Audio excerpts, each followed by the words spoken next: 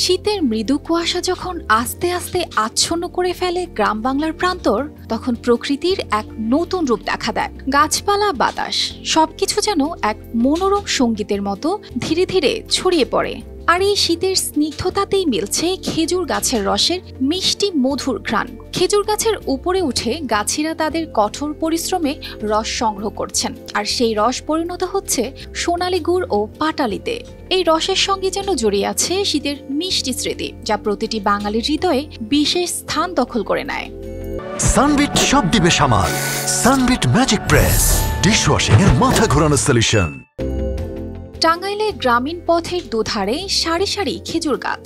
ভোরের কুয়াশার চাদরে ঢেকে থাকা এই পথগুলো যেন জানান দিচ্ছে শীতের প্রকৃতির রূপ।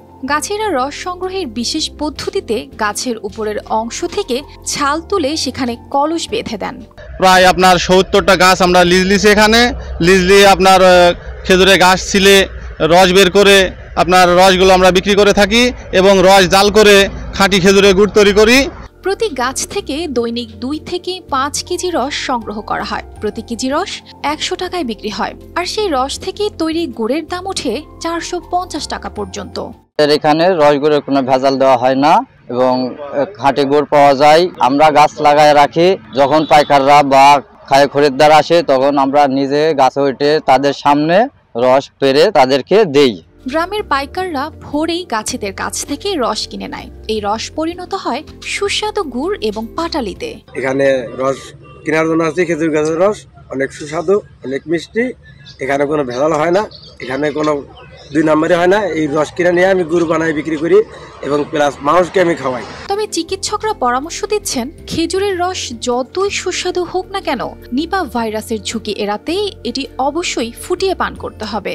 শীতকালে খেজুরের রস খাওয়ার সময় আমাদের সতর্কতা অবলম্বন করতে হবে। যেমন কাঁচা খেজুরের রস খাওয়া যাবে না। খেজুর রস খেতে হলে অবশ্যই সিদ্ধ করে ঠান্ডা করে তারপরে খেতে হবে।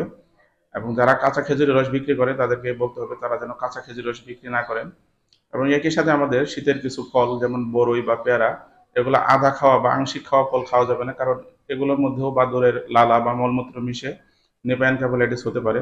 শীতের এই মৌসুমে খেজুরের রস শুধু গ্রাম বাংলার ঐতিহ্যই নয়, এটি জীবিকার একটি গুরুত্বপূর্ণ উৎস। গাছেদের অক্লান্ত পরিশ্রমে তৈরি এই গুড় ও পাটালি গ্রামের সৌন্দর্য ও সংস্কৃতিকে আরও বর্ণিল করে তোলে। আর এই মিষ্টি রস যেন শীতের প্রতিটি সকালে বাঙালির মুখে হাসি ফোটায়। News desk, RTV।